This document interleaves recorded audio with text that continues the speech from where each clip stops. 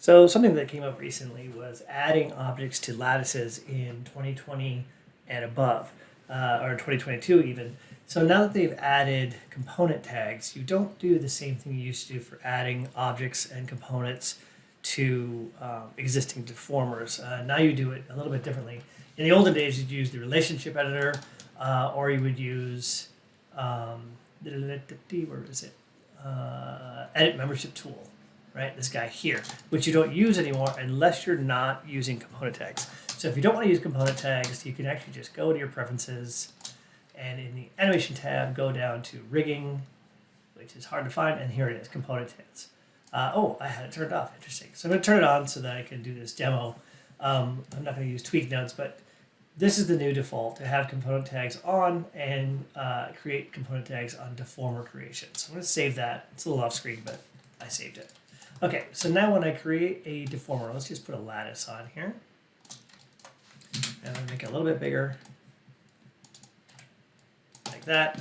And I'll set it to 222, so it just does a big global change. If I go in here and open up the lattice in the attribute editor, you'll see under deformer attributes, I have this thing here now for component tags. And basically what this is doing is telling it which components to work on. It's a little bit different than before. It was just sort of hidden away from you. And those component tags actually come from the object itself. If I go to this bowl shape and go under component tags, it has its own turn down. You see, right now there's nothing because it's already connected. But if I did create one, then I could just say only use that. So I'll show that first, and then I'll show how to add. So I'm going to take this out here just so you can see it working. And what I'm going to do is just grab a bunch of vertices here, and in the shape node of the bowl, I'm going to hit the plus sign and create a new tag. And I'll just say, hind, I don't know. And then I'll grab another one and I'll call that one, oops, this one here, front.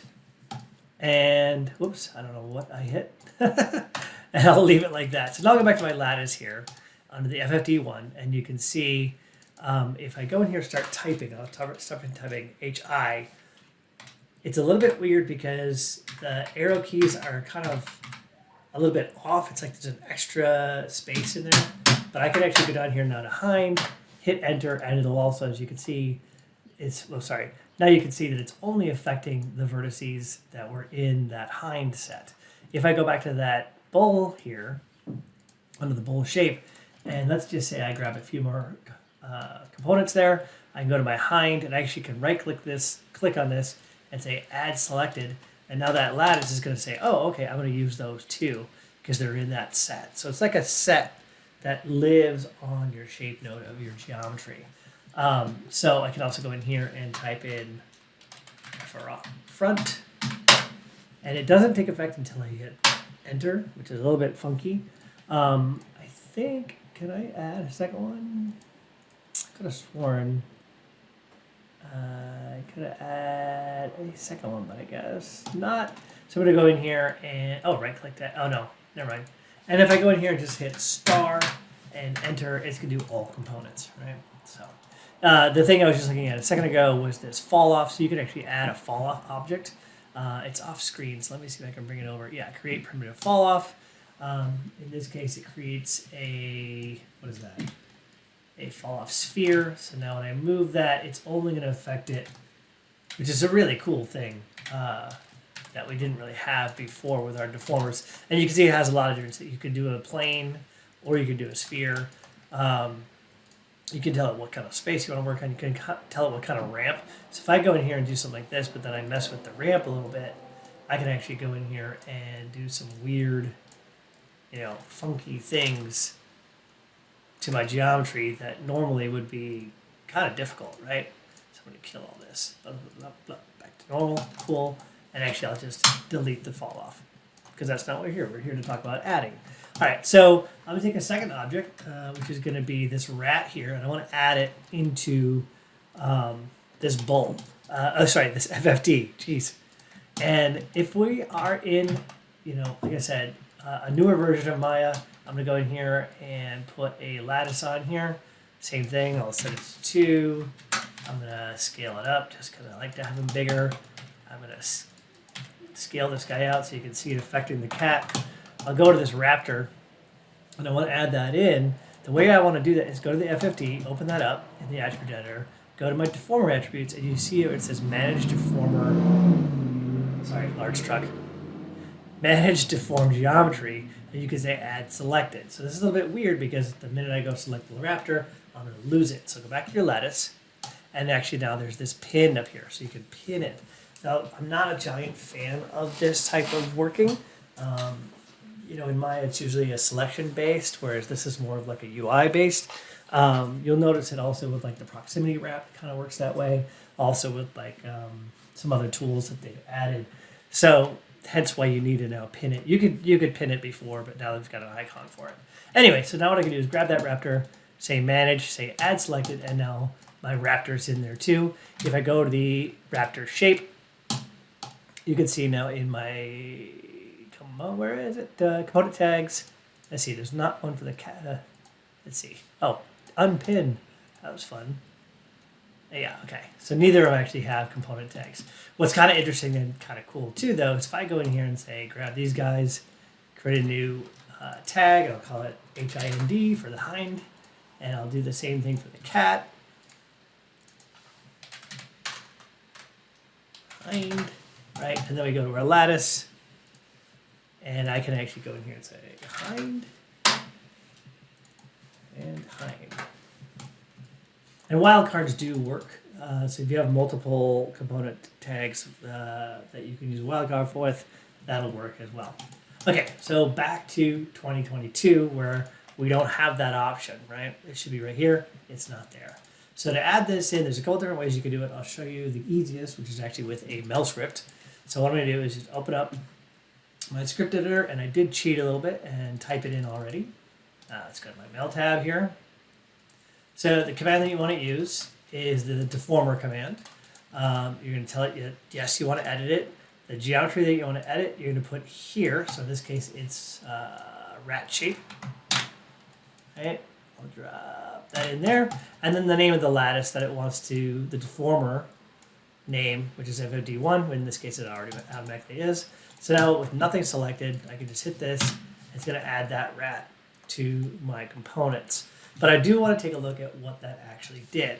So I'm going to undo that. Cool. And open up my node editor. Let's grab the FFD1. Come here. There we go. And I'm going to graph it. And I'm going to graph it. Oh, I dropped it. Select. There we go. Let's try that again. Graph, graph, graph. Cool. All right. So the way that this works, right? So these are your transform nodes, right? There's the base shape and the lattice shape. It's the difference between those two that tell the lattice what to do. All deformers are going to be a little bit different, but in this case, you know, that's what these guys do. So here is our input mesh. And remember, if you hit 5, it's going to tell you the type of node rather than the name that's been assigned to the node. So whether I have the rat selected or the cow selected or the shark or whatever, it's always just going to be a polymesh mesh. Sorry, another big truck.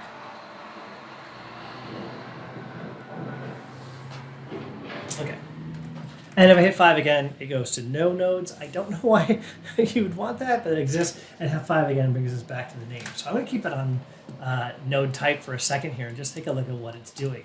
So first, let's look at the easiest one, which is the out mesh, right? So out geometry 0. Now this little 0 in the little brackets tells us it's an array, which means we can have multiple objects coming into and out of this deformer. That's why this is an array, right? And if I look at the inputs, so we have, we have an input and we have an original geometry tag. And if I go to my mesh here, you see I have an out mesh and a world mesh. So it's the deformer, in this case, the lattice, needs those 2 bits of information to then tell it what to do and affect that component and stick it, you know, and send it on its way. So what's kind of cool is, you know, Maya kind of hides this, well, good and bad, I guess you could say. Maya hides this information from you for a little bit. So if I go over here and I open up my shapes to show shapes, you see I only have one shape node in here. If I arrow over, you'll see I get the other shape node. Now in this case, it's been renamed to bowl shape orig. This is what happens when you create a deformer and rename that shape node to orig. It'll just add the orig tag onto it. Now if you're doing a referenced object, it can't change the name. So what it does instead is it renames the output object. So that's just something to keep an eye on. Anyway, we'll go back to our ridge mesh here. And what sets this apart and hides it from us is if we go under our object display here, you'll see this thing called intermediate object. So if I uncheck that, you'll see that now I can see my original cow shape, and they both, or bull, sorry, and they both are under the same transform node to move them around, right? So this should give you an idea how you can wire this up by hand. So then if I take my rat and I want to add this in, again, I'm going to run that mel script because I'm lazy. That's all, oops, I'll make it bigger so you can read it. Boing. It's going to make the connections for me so I don't need to do anything. You see that my rat automatically starts to get deformed there. Oh, you know what? Let's turn off our cow shape here for a second. Cool. And if I look at my rat nodes, I'm going to regraph my FFD1 here. And I'm going to hit 2, so I'm only showing connections. I don't need this. I don't need this. All right. So now you'll see I have 2 output meshes and 2 input meshes. Right? I'm going to hit 5 so we get the names of them. So this rat shape coming in is going to go to the, in this case, the third for some reason, input, which is, so it's 0, 1, 2, which you read that the first one's always going to be a 0 in an array. And then the output, original geometry is 0 and 2 as well. And then the output geometry is 0 and 2. So this is the output rat, and this is the output bull. And automatically, it's going to hide that rat shape original, or it's going to take the original shape, hide it by clicking off the intermediate and make the connections, and then show the output, right? So I'm going to show you how to do that by hand, just in case you ever need to know. And it's just good to know how to make these sort of connections. So what I have is my shark here. I'll take all these guys, hide them, and hide the lattice, and not show shapes. Okay, so I have my shark here. I'm going to give him the lattice as well. Do my regular, I always do this. I always scale up lattices just a tiny little bit, just so I have them. And I'll show who's my connector here. Oh, they're all over there. So let's move the Ceratopsia over here, put them in the same place. I'm going to grab this and move that out so you can see the deformation happening. And let's just do some wiring real quick. So I'm going to clear that, and I want to graph my FFD2 here. I don't need to worry about the ridge shape, or the base shape and the lattice shape, so actually just remove them. But I do want to take a look at my connections here. So 2, 2, 2. All right. All right, cool. So what I'm going to do is arrow down to get the shape node of the Ceratopsia and add it to the group, or add it to my graph here. I'll move this over. Lots of moving around when you're using the node editor. I'm going to cheat because I see it right here. One thing to keep in mind is under, where is it now? It's under display. Sorry. Attribute names. I always do long because that way if I'm going to script it later, I want to make sure that I have, I'm going to the real name of the channel. Normally the channels are like, you know, what they call nice names, which sort of like makes them more human readable. But to me that makes it more confusing because if I need to do scripting later, I'm like, I don't know what I connect it to. Anyway, so what I want to do is type in, what is that, out mesh? Cool. All right, I'm going to put that into this FFD2, so the out mesh goes into the ridge geometry of the deformer. So I'm going to take that and just drop it into this second slot here. And then I'm going to use the world mesh.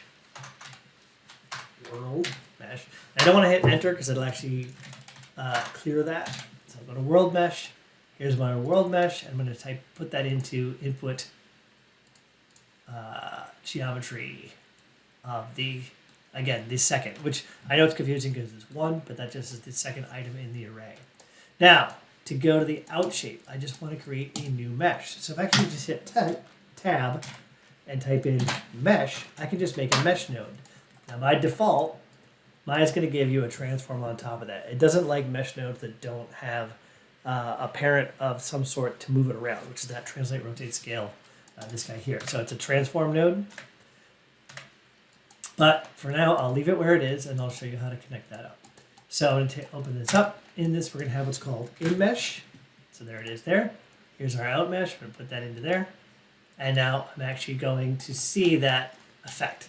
So, oh, that's really cool. So one of the things that's interesting about this is you see that my objects is over here because it's in a different space, right? So this ceratopsia is actually over, if I put it back here, you'll see it in the same place, but I want it to be inside. So this in mesh, right, is not matching up in space to where the out mesh is. So let's see if this actually works. I'm going to select that polysurface shape, select the ceratopsia, which is actually its transform node. I'm going to use another mill script, could be Python, which is parent-r-shape, which is parent, the relative, parent to the shape. And it's going to pop it over, right? So now what it's done is it's told it that that is your parent and that's who makes you move. Or it's like your world space or your parent space or your translations, right? All right, cool. And then the last thing I want to do is just make sure that I hide the original and get the shader working right. So let's just graph the shader on this real quick. Oops. It's that blend 2. Assign it. I can show you how to wire that up too, but we'll save that for another time. Now I'm going to go to the attribute editor of the what would have been renamed the orig shape and turn its intermediate off so we don't see it. And now we've made those same connections. Right? And now once I've done that, these other things that we were talking about before with component tags still work. So I can make a new component tag. I'll name it rear. I'll go to my lattice here, and under the FFD2 you see I have my first index, which is going to be the shark, my second index, which is going to be the ceratopsia, and I can go in here and say, you know what, just give me a rear, and it'll only affect the rear end of our ceratopsia here. That's a tough thing to say. Cool. Makes sense? Cool. All right, and I'll show you one last thing I thought was kind of interesting that I learned recently using the choice node. So what I'm going to do is, let's just do a new scene. And I'll bring in a dolphin and a shark, because why not? Let's see these guys. Cool. Yeah, okay. So let me get rid of the namespaces because I don't want to see them. Oops. There we go. Cool. And I will put a lattice on the shark. Make it a little bit bigger. Make sure it encompasses the whole object, which by default it does, but I just like to make it just a tiny little bit bigger. Okay, I'm going to pull that out. Cool. And let's open up the node editor, grab that lattice, and graph it. Cool. So remember that it's just mesh in, mesh out. It doesn't really care much more beyond that. So these aren't, even though it's named, shark and dolphin, it doesn't have to be named those things, right? That's just what we're assigning to it so that we actually know what we're working with here. So I'm going to just open this up and I'm going to grab that dolphin and add it in, the shape node. And I'm going to create what's called a choice node. And open that up. And basically all it does is just say, give me an array of inputs and I will spit out which one you select based on the selector. So the selector actually shows up in your channel box. You can choose which array you're working with. So what I'm going to do with this is create 2 of these guys. And actually, I'm going to link their selectors really quick. So this is the one that's going to control this one. And the reason for that is because I need to use 2 different arrays here. So let me open up this first. I'll go with my out mesh into the input here. And I will go with my world mesh into the input. Come on, open up. Come on. There we go. Out mesh into my input here, right? And then I'll do make sure I get these out correctly. So out mesh goes to original geometry 0. So that's output. And out mesh goes to input here, selector, input geometry. Cool. So nothing's changed so far. We haven't broken anything. Everything's working just fine. So now what I'm going to do is add the dolphin mesh into these selectors as well. So I'm going to use the out mesh from our dolphin into input 1. Actually, I'll hit 5 twice here. Oops. I will hit 5. Oh, come on. Come on, get out of there. There we go. So we have names. And into the second selector, I'm going to put the world mesh into input 1, right? And that's going to go into here, and that's going to kick out some sort of mesh shape for us, which right now is still the shark. So if I go back to that choice 1, I can actually go in here and hit 1, and now it's affecting the dolphin shape instead. And what I'm going to do is actually hide that dolphin. Whoops, I need to go find it. Dolphin shape. There we go. Intermediate. Cool. So now, if you look at this, it's actually, everybody's always talking about proceduralism in Maya. And basically what I do is I just have 2 different meshes, and we'll just pretend that this is one choice node. We're choosing which mesh to use. That goes in the lattice, and that goes out to this mesh. Because you don't need to have multiple meshes for each input. You only need one for the output. And the last thing I probably would want to do is make sure that the dolphin shape is under the shark shape, or transform, sorry. So I'm going to select the mesh of the dolphin, select the shark, transform, rerun our parent-to-starter shape. If I can do it right, there we go, cool. I actually can delete this dolphin, so now we're even cleaner in our scene. I can even go in here and say add a channel. Let's do an enum, so we'll do, what's the first one? Shark. We'll do fish. We'll do shark. And we'll do dolphin.